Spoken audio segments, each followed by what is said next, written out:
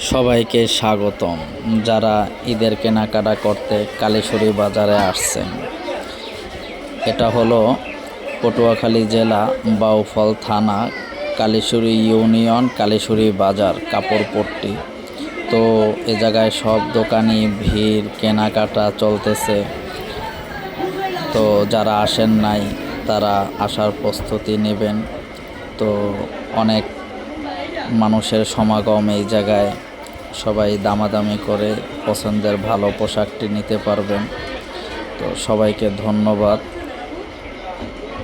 যারা আসেন নাই কেনাকাটা করতে আসবেন।